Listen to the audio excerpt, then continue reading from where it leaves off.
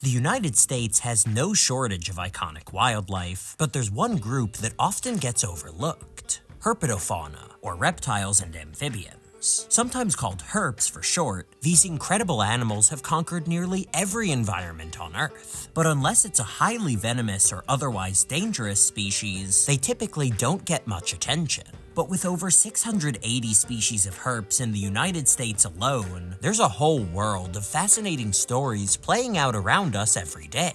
And nowhere makes that more clear than the Southeast. This region is the undisputed Herpetofauna hotspot of the country, and today we're going to show you why with 6 species that will absolutely blow your mind.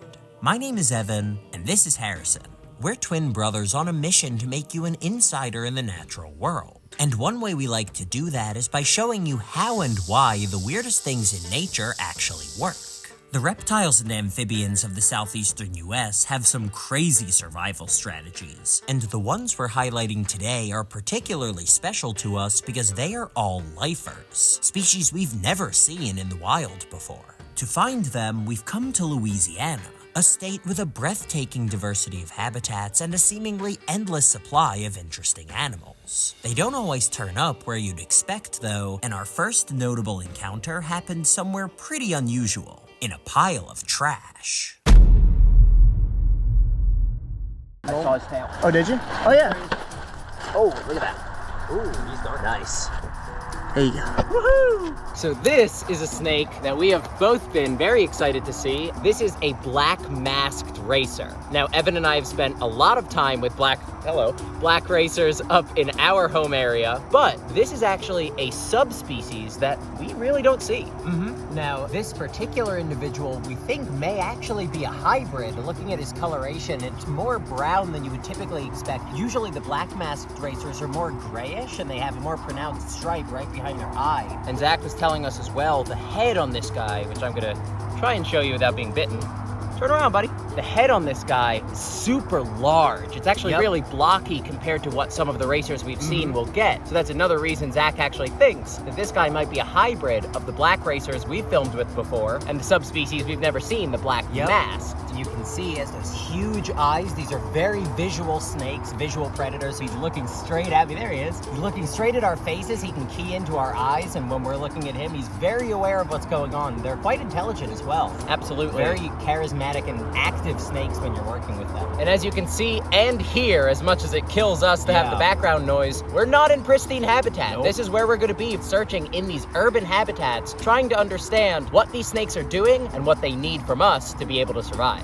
Many reptiles struggle to find suitable habitat or get enough to eat in human developments, but racers are remarkable generalists in nature, so they can adapt quite well to the challenges of urban life. Black masked racers are at home in everything from forests and swamps to grasslands and floodplains, and their diet is just as diverse. They'll take down small mammals, birds, lizards, and even other snakes, so they can find what they need to survive among humans without much issue. Racers are found across the US, but what's fascinating about this subspecies is that while their habitat and diet range are huge, their distribution is actually tiny. Black masked racers are endemic only to southeastern Louisiana and western Mississippi, which means that this is the only place on Earth where they can be found. In fact, all of the reptiles and amphibians we'll be showing you today are endemic to the southeast. And since this trip was actually our first time exploring the true Deep South, we needed a good guide to help us track them down. Enter our longtime friend, Zachary Gray, a local wildlife expert who has been studying the herpetofauna of Louisiana for pretty much his whole life. Zach has spent hundreds of hours in the field and runs a number of reptile research projects in the region. So with his experience, it didn't take long cruising through some good habitat for us to find something cool. A turtle that we've been wanting to feature on the channel for a long time.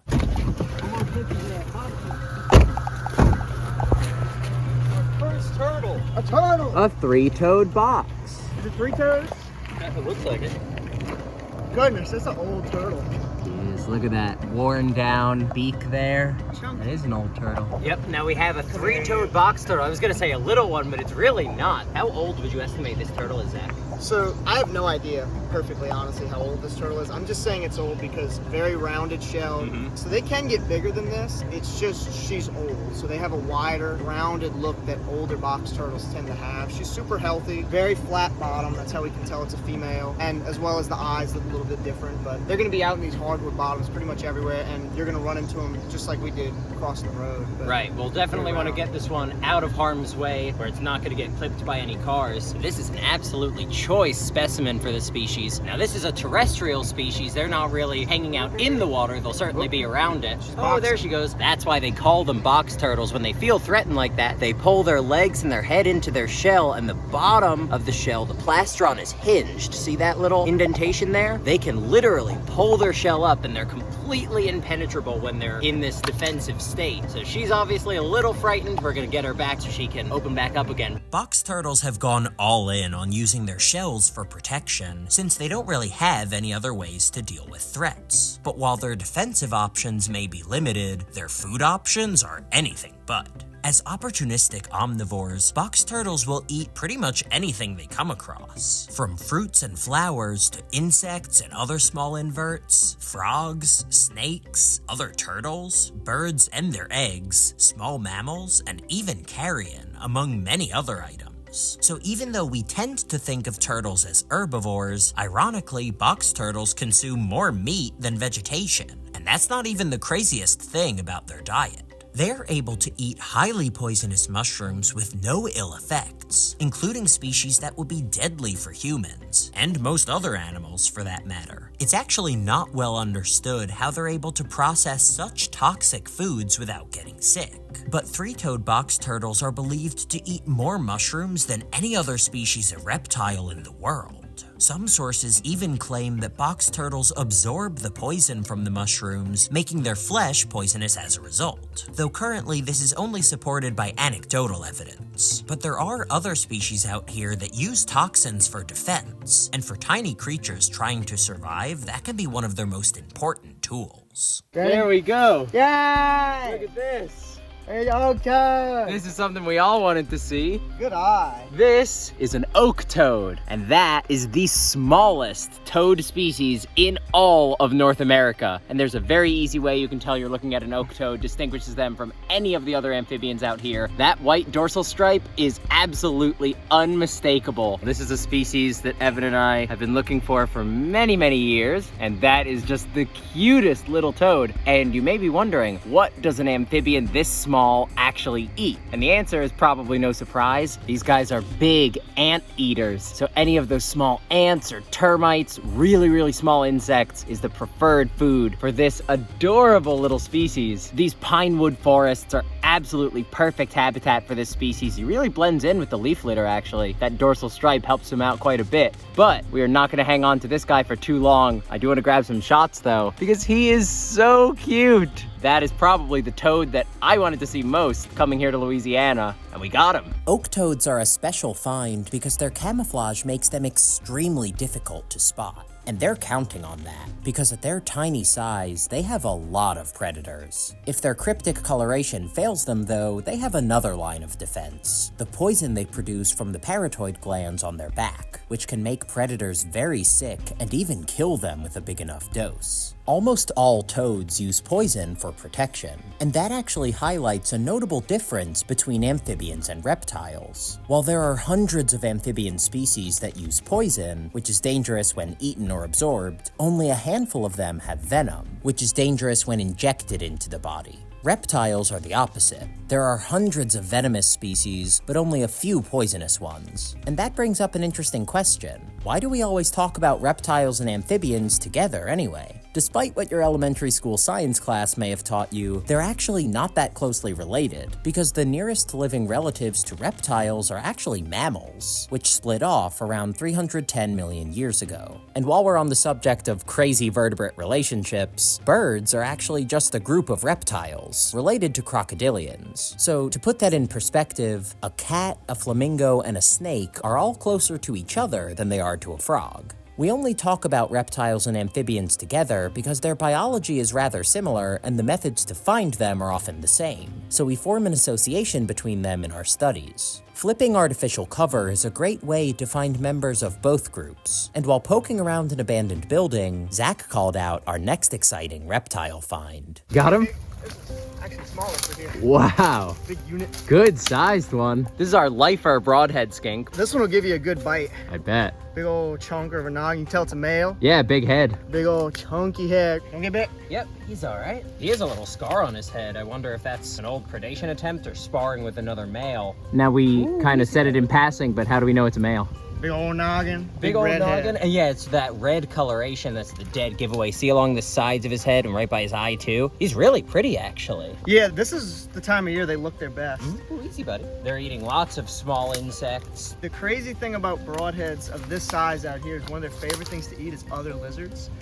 So they eat ground skinks, and one of their favorite things to chase down and eat is green and brown anoles. So they will chase them up a tree and just grab them. They'll normally lock jaws, thrash, and normally the animal does not win that. Yeah, I can imagine. The skink's namesake broad head isn't just for show, and in fact, it's the main tool of the trade for their hunting style. Their huge jaw muscles help them latch onto and crush any potential prey item, and once they bite, they do not let go until they've gotten their meal. Like a tiny arboreal wolf, these skinks can chase down and overpower fairly sizable prey, much larger than other lizards their size typically could, which wouldn't be possible without those impressive muscles. Luckily for the many lizards and large invertebrates out here, broadhead skinks are only active during the day, but things don't get any easier at night. When the sun goes down, a whole host of unique predators comes out to start hunting. And while hiking along an urban waterway, Harrison spotted one of the strangest creatures in all of the southeast. And with no time to lose, he went in for the catch.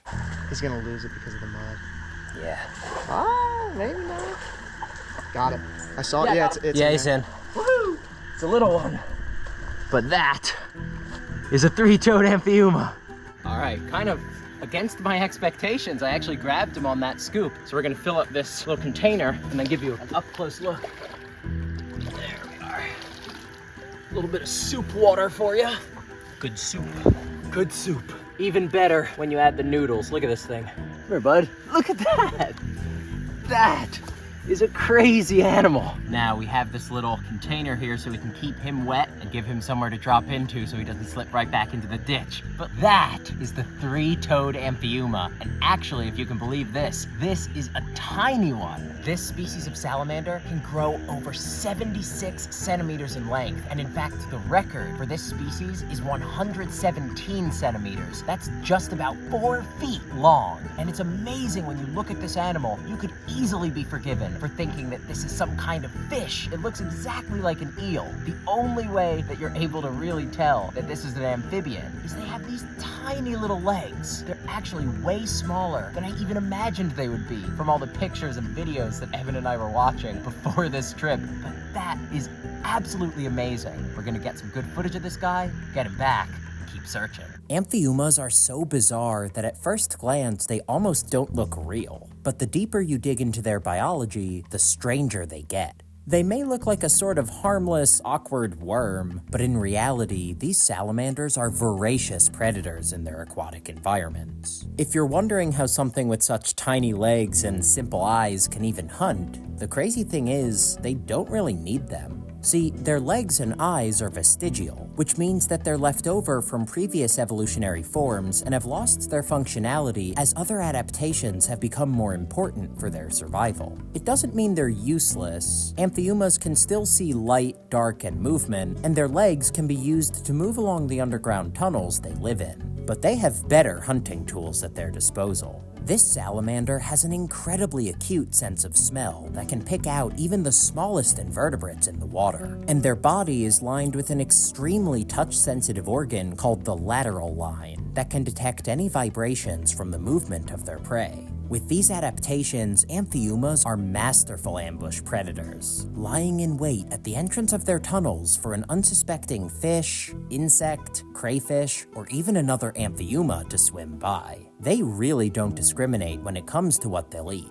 But that is very different from the next unusual creature we found, which has one of the most specific and limited diets of any reptile in the country. Hey bro, I got a snake. Really? Yep. What kind?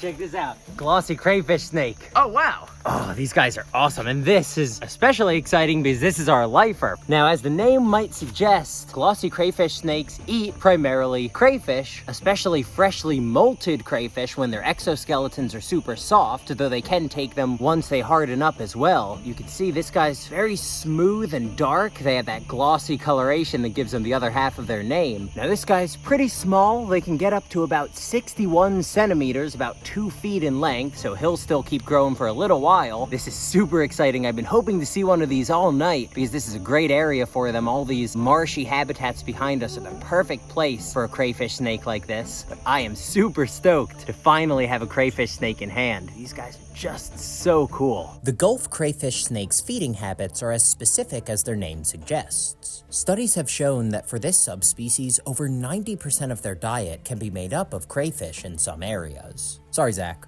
Crawdads. There's a whole group of snakes in the US that is specialized to exploit this food source. But while many of them, like queen snakes, can mostly only eat soft-shelled crayfish that have just molted their exoskeleton, the glossy crayfish snake is different. Their chisel-like teeth allow them to grip onto hard-shelled prey, and unique, hinged teeth in the back of their mouth help them position the crayfish to be swallowed whole, which they've figured out to do by starting from the tail in order to protect themselves from the sharp claws. Being a specialist hunter helps crayfish snakes limit competition from other aquatic species, but it also puts them at risk, because if anything happened to their food source, their population could decline rapidly, and this is not hypothetical.